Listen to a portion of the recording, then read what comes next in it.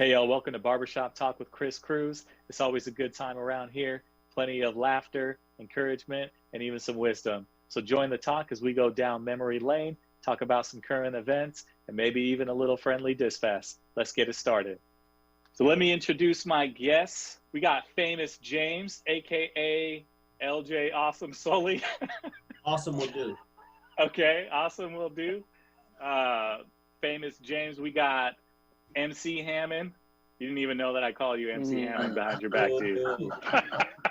No, I did not. Too legit to quit. I'm not sure what I think about that. Yeah. That's tight, though. At least MC it's not Hammond. Vanilla Ice. Anything but Vanilla Ice, and I'm good. Or Malibu's Most Wanted. No Vanilla Ice. Yeah, Malibu's none of those Most two. Wanted. Oh, man. And then in our bottom corner, we got Pretty Boy Bo. The pound for pound boxer. Yes. Knockout artist. You were a boxer, right? Or you taught boxing, right? Both, yeah. All right. So that's where it came from. Is I had to find Pretty Boy Floyd. Little names, yeah. You know what I'm saying? It was gonna be Iron Bo, like Iron Mike Tyson, but then it was kind of like too short. You know what I'm saying? It didn't have like you can't make a song with that. You know what I'm saying? But Pretty Boy Bo, right? Like, That's too close to Bo Peep. Bo knows, man. Just say I like Bo Peep. I hadn't even thought about that. yeah. I thought about that afterwards. Yeah. I was like, I hope nobody brings it up, but here we go. And you know what? No, that's right on time though, because that's what I was telling folks about what they can expect at the barbershop. Memories, going down memory lane, talking about current events and a little diss fest. You know what I'm saying? Some friendly fire, cracking jokes, roasting each other. So that's what happens at the shop, right? Yeah. So right. All that. I know that we're at least maybe like 7-ish weeks into maybe not having been to a barbershop, but for real, when was the last time y'all been into a barbershop? I mean, even if it was just with somebody else or hanging out or anything like that, is that Sully, you're shaking your head? Zero. Ain't been in no barbershop. We take care of it ourselves around here. You don't take the... You see my lines, baby? You see my lines? That's nice, bro. Fresh, bro.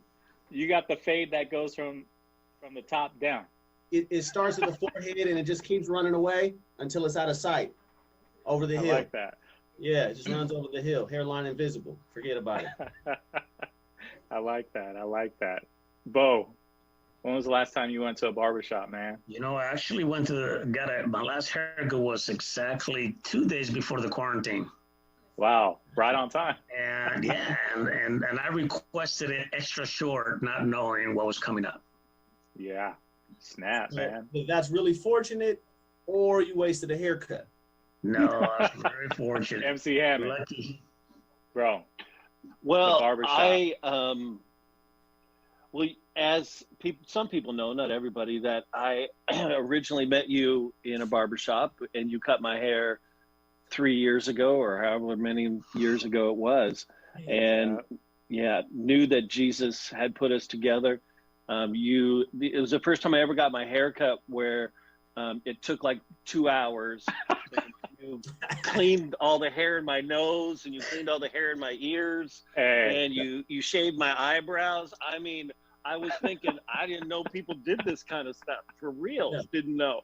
I mean, when you start digging in my nose, man, I was like, okay, this is the deal. That's why he did it. The deal. You didn't know. I know. That's right. I didn't know. Tattoo. I didn't know. I grew up in suburbia. We went to salons, not barbershops. That's right. You had sparkling water with your haircuts. That's right. It's a little different deal. But oh my gosh. I am grateful because my friend Chris Cruz, we masked up and gloved up, and I went over to your house just a couple of days ago, and you trimmed me up. So thank you. Well, there's our first edit. You're the man. We'll have to take that out. I'm just kidding. By the way, don't tell anybody that. Yeah, you might want to take that out, or they'll be lining up in front of your door. Gosh, so funny, bro. I will say this, and I thought this was hilarious, and I thought about it a couple times. So Chris is cutting my hair right a few days ago, and I was trying to tell him what I wanted. Yeah, oh yeah, I can't say that. So Chris was cutting my hair one time, a while back in the day. Just one time. Back in the day. Yep. And I was trying to tell him what I wanted, and he looked at me and goes, "I know better than you. Just listen to me." Oh man, I tell you, that's what. Okay, he probably did. All right, bro. Yeah, that's why he got all up in the nose and the ears. He knows. Yes, he knows. Yes. You thought Bo knows, but did a good Chris job. knows. Chris knows if I'm, if I'm right there with the Clippers, I got to do what I got to do. So, like I talked about, 7 weeks or so into all this, you guys got it down. You guys got a routine. You guys, got a handle on all this, or what? Just thinking about the lighter side of things, Sure. How's it going? Yeah. Bruh, I sleep, and then I wake up in the morning, and I'll kneel, and I'll praise God, and I'll sleep, and then I'll eat, and then my wife will be like, "You need to do something today with your life," and then I'll eat and I'll sleep. No, but for real, I got a good solid routine, man. I wake up, give some time to God before coffee. You got to have priorities. Coffee's important, but not at the time. You know what I'm saying? Then I immediately make my coffee. Then I take my dog to the bathroom while the coffee's brewing. Yes. I'll go in and get in the Word, and kind of get that going while I'm getting ready for work in my PJs. Not really getting ready for work. Putting on maybe a clean shirt with a collar on it, so it looks like I'm ready. While That's I'm right. That's boxer right. Shorts, What do they say? The business on top and PJs on the bottom, or something like that. Party on the bottom with the PJs. I don't know. It's like the opposite of a mullet. It goes downward. I don't know, but no. And then I just go to work, get off work, and spend a little time with the family. Try to give everybody a little bit of time. I'm up my video game time a little more than I probably should, but it's a stress relief. When you come around the corner, like, and you chop somebody in the face. It just gets that testosterone out. I can aim better than you, and I murdered you 3 times in the same building, camper. You know what I'm talking about? Yeah, that's how we do it. That's how I'm doing. I don't know what you're talking about, but that's yeah, this is the Call of Duty, man. It's Call of Duty. We all got a routine. We all got a routine, so that's what's up. MC Hammond, what's your routine, man? You got it down? Yeah, it really feels like every day is the same day, because they've just kind of all blended together, and I can't tell whether it's the weekend or the week or whatever. But yeah, I mean, I think because I've been high risk, I've got lung issues, and I got a leaky heart valve, and I got type 2 diabetes, and several other things. So, yeah. So I have definitely, my wife has made sure that I've been taking it safe. So really the only thing I've done is I've been at the house just working, Zoom calling, just calling people, and doing my thing for the church all day long. And then, I don't know, 3 or 4 times a day, I will just go get in the car and drive around. And I literally have in fact, I drive not very far from your house. I have this like routine where I drive and I look around, and then I hit the Starbucks drive-through, which I've hit twice today. Damn, you on the block. And then, you be hitting this morning I went through McDonald's drive-through and Jack in the Box drive-through. I went through both of them. Wow. And I bought sandwiches, but I only ate the eggs out of the sandwiches, not the actual bread, because I'm trying not to eat carbs. Why'd you just order it without the bread? Bro, that Corona I belly. just throw the bread away. What's that? Corona belly. It's a real thing. It's a real thing. Dude, mine's going to be solid. I'm telling you, I've been good. I've been really good. All right. I did have a cake pop today at Starbucks, which I know that's not good.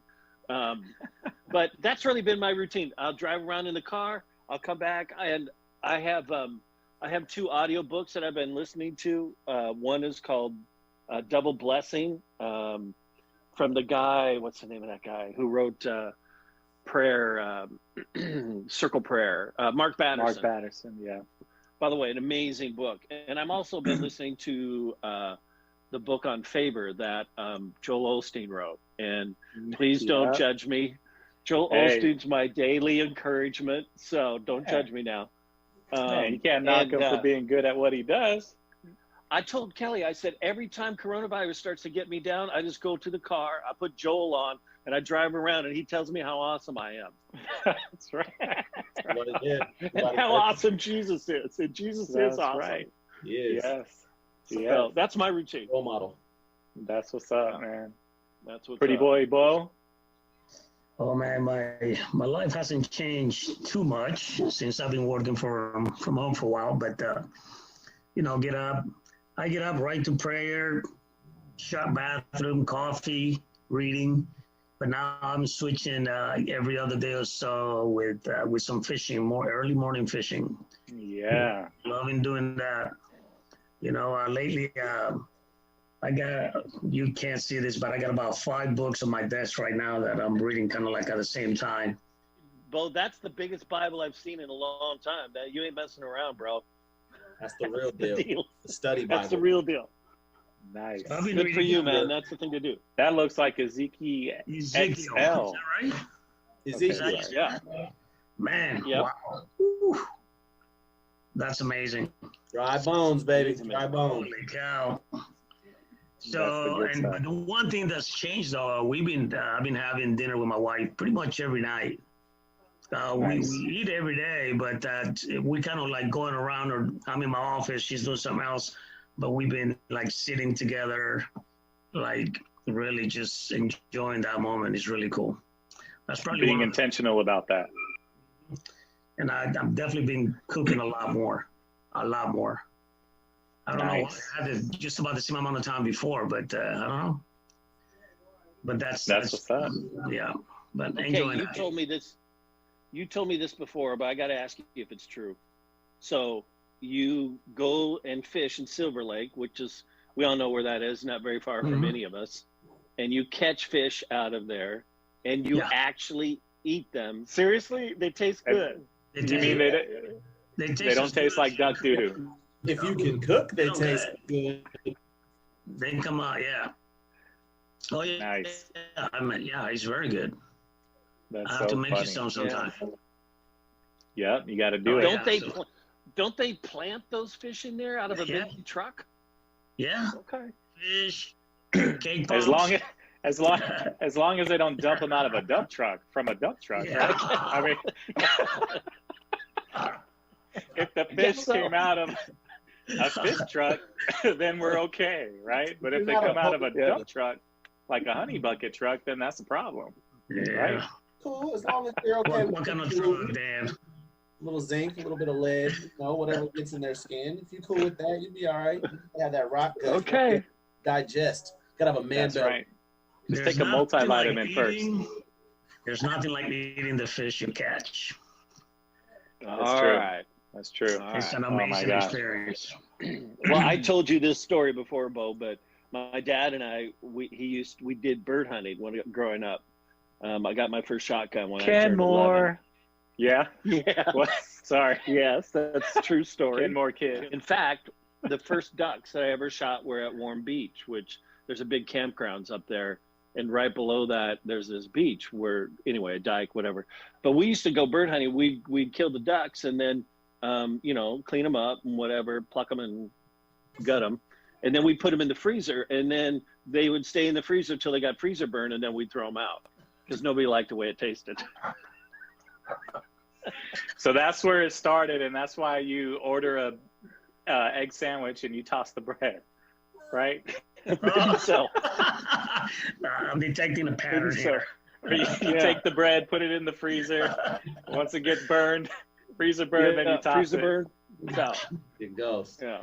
Oh my gosh, that's funny. You hit on something, Bo, about being intentional about your time, man, because, you know, my my time spent in a day, you know, starts off just like you guys. And, you know, it's what's a trip is that, you know, it seems like there's more work, even though I'm not doing some of the things that I used to do, right? But what's a trip though is that it's like home is, you have to be intentional to make home home, right? Because it's turned into the office, it's turned into the workspace. And with your, like, you know, my wife and I, and we're homeschool teachers now, right? It's the work we get paid to do, and it's the homeschool teacher work, and then it's the parenting work, and then it's the being married work, and then it's just, you know, keeping the house work, you know. And it just seems like along the lines with what you were saying, Dan, how like the days run together. And it seems like from the moment I wake up until I go to bed, I just work all day. And, you know, I'm really trying to figure out how do I, you know, not necessarily just like change hats, but like get out of that work mode. You know what I'm saying? I don't want it to feel like work when I'm interacting with my kids. You know what I'm saying? The word is priorities. Yeah. You have to prioritize, and you have to protect that time. Well, I remember when I love reading in the mornings, real early in the morning. Mm-hmm. And a few years ago, you know, Les will wake up early too sometimes, and while I'm reading, she'll come and talk to me. And, you know, she says, hey, how you sleep, you know, chicha. And I'm like, wait a minute. Yeah, don't enter this. Don't talk to me. Don't talk to me. And you know, she didn't take it very well for a little while, but now she understands, you know. You have to put the book in front of your face. No. So no eye contact. Don't disturb peace. And then she talks to you and you just show your eyes and you're like, girl, you already know. Don't bother me right now. You see the book. Wow. Hey, along with priority, one of the words is prioritize. Another word I would say is compartmentalize, right? Have you guys seen that funny skit from the guy who talks about the difference between a man's brain versus a woman's brain and how they work? He's like, a woman's brain is like spaghetti, like everything touches everything, like it all runs together. Okay, you gotta look that up on YouTube. It is hilarious. Very funny. Yeah. Look it up. But there's some truth to that, because it's so, as you say, with so many things that need to get done, we do have to prioritize to do the right things, but it's also important when to know to switch something off and leave it alone for the day and move into something else. So compartmentalizing a little bit is good, because I find that I hear people on my team often say, well, I'm supposed to get off at 3 o'clock, but I end up checking emails till 5 or 6. And I'm like, you ain't getting paid for that, bro. Better stop that. You should be with your kids, right? Doing homeschool, making sure they did the homework or whatever. So compartmentalizing is important, is to make sure that you're giving attention to what needs it during its time, and then turning it off and not going back and forth. And I only mention this because I've had the conversation with my wife when she was in real estate, and she would try to work from home. As soon as she stepped out of the physical office and walked into the living room, her eye would just catch whatever's out of place. And then next thing you know, she's vacuuming and scrubbing. And I'm like, what happened to, like, you know, looking up listings? It's like, I got sidetracked by the fly. The fly? You had to kill the fly? So you really got to focus, you know. We tend to get distracted by things that are urgent. Yeah. Yeah. And the problem with urgent things is that they are not important. That's a trip. Yeah. Dishing out some wisdom at the barber shop. Yeah, it happens. It happens. Well, we might have touched on this, but I do want to ask specifically, like, so it's been a challenging time, right? It hasn't been without its challenges, but what's some good things that have come out of it? Like, have you discovered some things about yourself, or? Our life really didn't change. It seems to be like the world around us has slowed down. So it feels like I have time to pull up a recipe, think of ways of doing something, and, invest the time. I have felt like this is an opportunity for me to grow in new ways in my walk with Jesus, and take ground that I've never taken before, because I have the kind of time I haven't had before. Because everybody thinks we don't do anything all week long, but I know you know that now, Chris. That's just not true. It's people, it's stuff, it's, there's a million things happening. And when everybody's locked up in their house, that's a different story. So I've had an opportunity and felt very challenged to take some new ground in my walk with the Lord. And I felt like God dropped it in my heart a couple weeks ago. I've been planning to write a book for a long time. And I've got, some basic layout of that book. And I decided, and I started on it actually this week. I'm super excited because I've got the time. I have no more excuses. And I'm going to make it happen. I love it, man. Very cool. Well, do you have a title?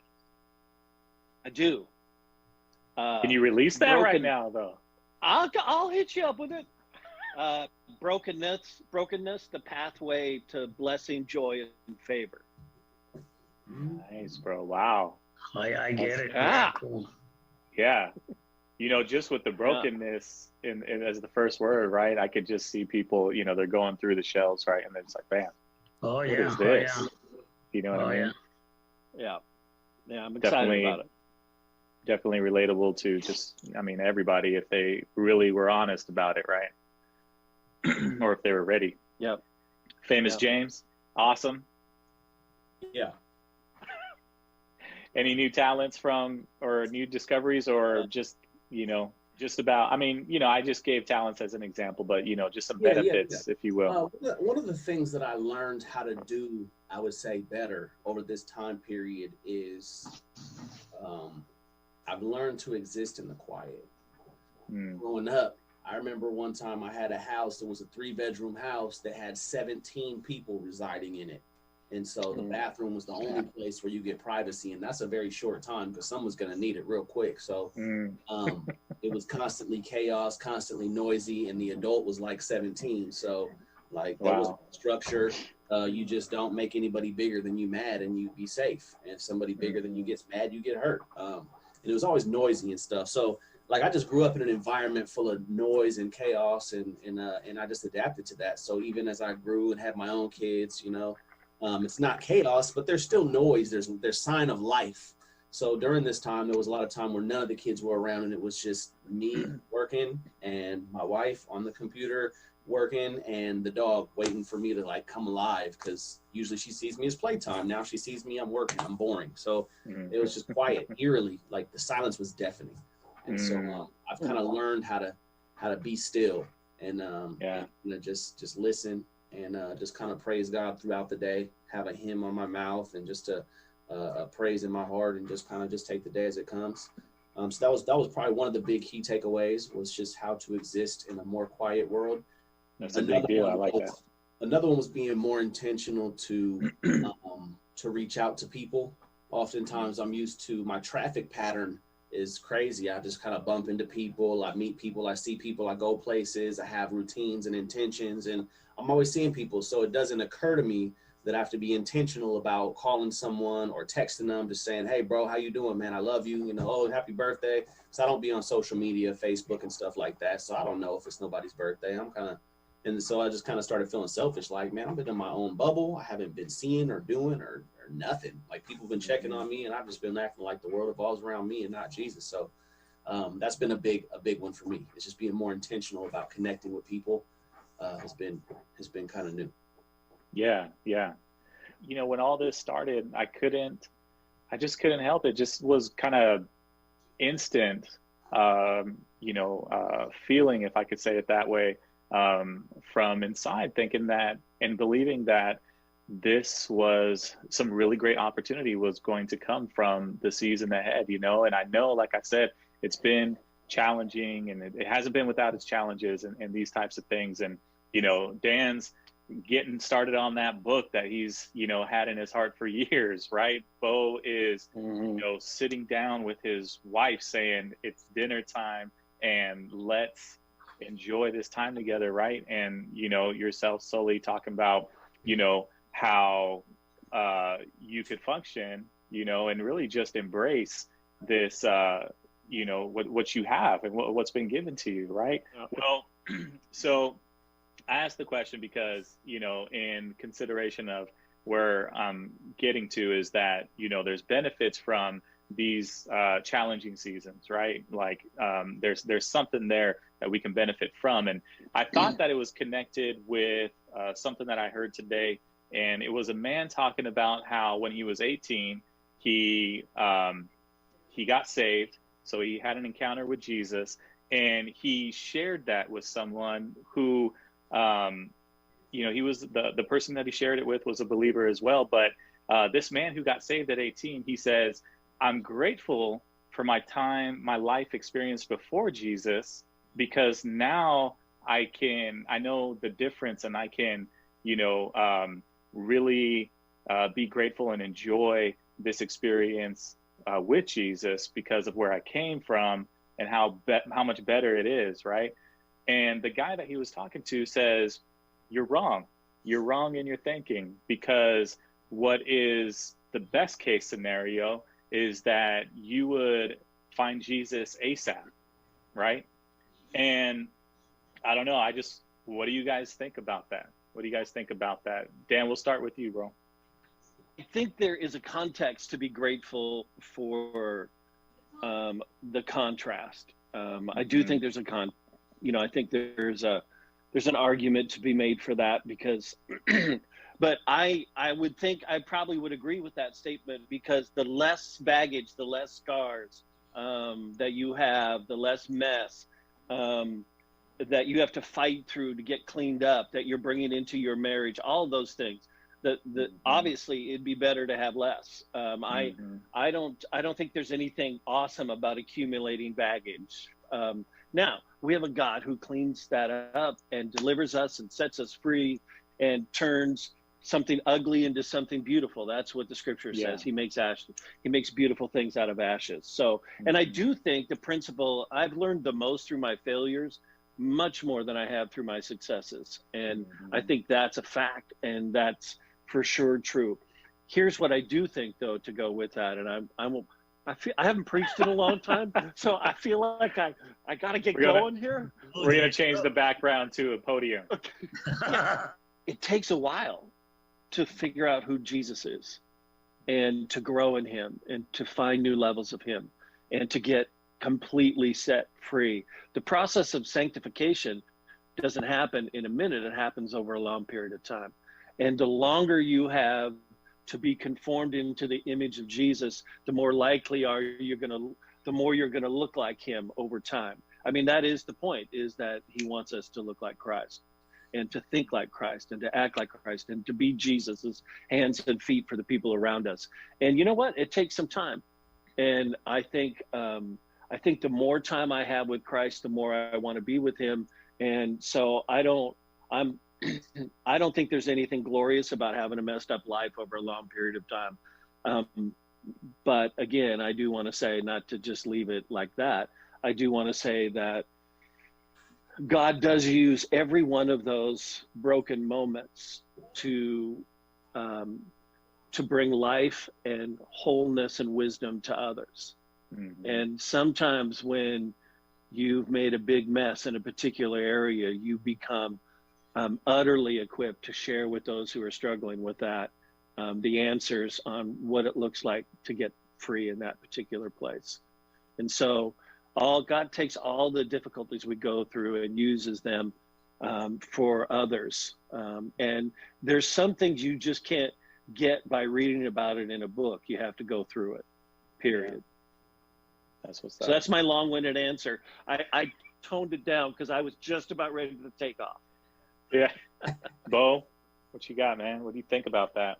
The two things that came to mind are kind of in line with what Dan just said. One of them, if there's anything I know about God in my life, is that timing is incredibly important, critical, and always perfect. I always find myself saying, man, I'm glad if the timing is so perfect, it seems to be every single time. And the difficulties, to me, all those things are any more gifts. We're being given gifts that we are not allowed to keep. They're gifts that we have to, we have to share. I could go on from divorce to name it, all kinds of bad things, to where I'm lucky enough to have opportunities that today I consider a gift. I used to consider those things terrible experiences, traumatic, etc. Right? But now it's like a gift. I'm in a position where if I'm lucky, I'm able to help somebody and say, you know, I've been there, I know, and I mean, I just went through something like that this past week. But it's a gift, and I tell you, if there's one thing I know about that type of gifts from God, is that we are not allowed to keep them. That's good, man. Sully. I would tell the person who told the other guy he's wrong that, in my opinion, I would never tell somebody they're wrong for gratitude, because the way that you explained the story was, you said he was grateful for his experiences before Christ because it helped him to identify the difference. And I can attest to having met a lot of people who grew up in the church who didn't really understand the difference until they went away, and it was like, wow, it's true. He's better. The world is not what it seems. You know, the prodigal child, for example. So in my opinion, I think it's the absolute right heart condition to be grateful for all of the experiences that led you to where you could be in a position to be saved. Now, it goes without saying that, you know, the person on the cross next to Jesus who came at the last minute, he might have made it by the skin of his teeth, but his life would definitely have been more blessed for himself and for others had he been walking in obedience to God. And the best time to plant a tree is 10 years ago, because you get it takes a long time to grow and bear fruit. And we know these things. So obviously, you know, it would be best to start early and go strong for, you know, and endure the race. But I think to tell someone that they have the wrong attitude about the gratitude they carry because of the experiences that led them to where they got, I don't agree with that. I think all things work together for the good of those who love God and are called according to his purposes. And so while it's stupid to think that you do the same dumb thing 7 times and finally you get it, you're better off because you did it 7 times. Obviously, you probably would have been better off to have learned the first time. But if you're grateful that you learned after 6 times and it didn't take you 7 times, your heart's in the right place, whether or not you were wise the first 6. So that's my long-winded answer. I think that the guy telling him he was wrong. And I think the guy who was grateful was in the right. This video just became pay-per-view. Yeah, forget about it. Yep. I'm telling you. Yeah. I had heard a pastor say, he said, "Do you want to know what your ministry is?" He said, "Your ministry is your life, because your life gives you a testimony, and your testimony gives you a language. And that language you can now speak to in your ministry to people who understand that language, right?" And, you know, if I consider, like we talked about your book title, Dan, right? Brokenness, like somebody's going to look through titles and going to be, what is this? Right? Because there's something that they've connected with some way, somehow. I see the value for, you know, just that, right? Like your testimony and your life experiences of having had challenges, and they come in so many different ways, right? And you guys are right on. You know, I think we're all on the same page that, number one, God, he's on time, right? Like he knows when, you know, we're going to come to him and say, Lord, I need you, right? Like salvation. Today is the day for salvation, right? That day that we got saved, that day he knew we were going to get saved. And that was the day that he had made, right? That we would be saved on that day for a reason, right? And that we would have these experiences, and that it would be our testimony, that he would make, you know, a beautiful thing out of these ashes, right? The gist of it, the sum of it, and how I saw the connection for, you know, this season being such a challenge, right? But believing that at the end of it, you know, God's going to do something beautiful out of, you know, these ashes type of, you know, scenarios and experiences that we're all going through, and everybody's going through it, right? Everybody's going through it. Chris, you talked about our life being our witness, our ministry, and you know, life being the language that we use, like someone would see brokenness. And I would say that a word for language, the way that I contextualize the same concept is the word authority. And I don't know if I've ever explained it the way that I see it, but it says in the Bible over and over again that Jesus spoke with authority, not like scribes and Pharisees. And that's because they've accumulated knowledge through study as to where he has experience and insight. And so to me, it's like, if I look to one of my friends and I'm going through a divorce and this is a single man and I'm trying to get some advice from him and he's saying, oh man, I understand you, I feel you.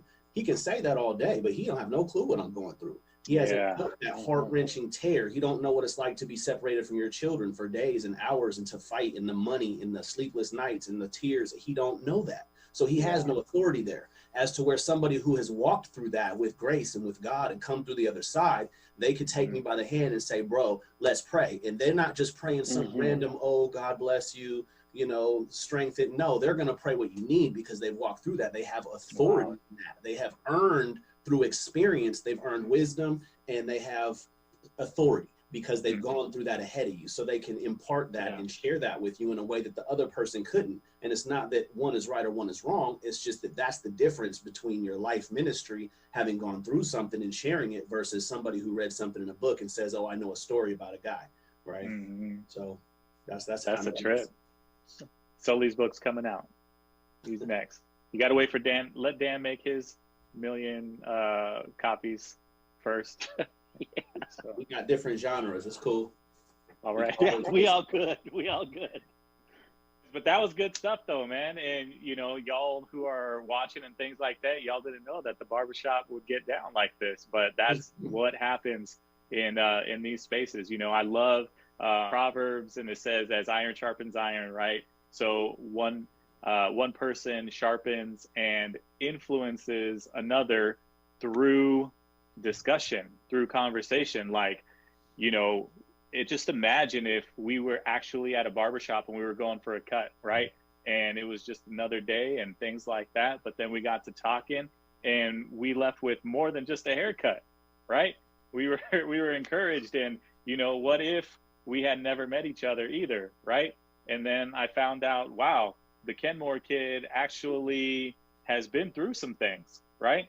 And we actually have some things in common. It's wonderful to have conversation and to share each other's, you know, stories and things like that, because the value is that we find that we have more in common than it actually looks like, you know?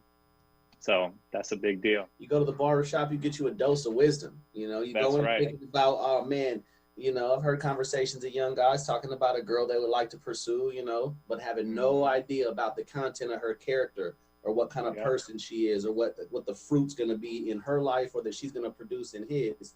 Just, you know, following attraction and not being wise, as we older men would call it. So come to the barbershop. We'll lace your boots up, man. We'll get you ready, get you right. And it's just like back in the day, right? Back in the day, you used to go to the barbershop for some bloodletting. You need current events. You need a haircut. That's where the game is at.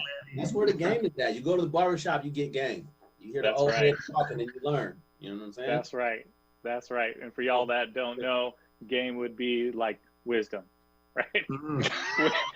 Game, wisdom.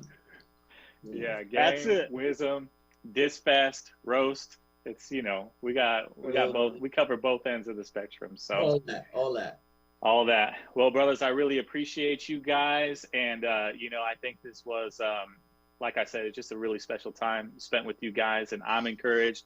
And I just pray that the people that, you know, joined us, they're encouraged and filled up as well. And, you know, God is making something beautiful out of, you know, this experience. I really believe that. And so praying for each of you guys and just thankful for you guys. So God bless you guys. And you know what? Let's hope that we get to do a whole bunch of these, and I'll probably have y'all on again, and we'll chat it up. Absolutely. Thanks for the invite.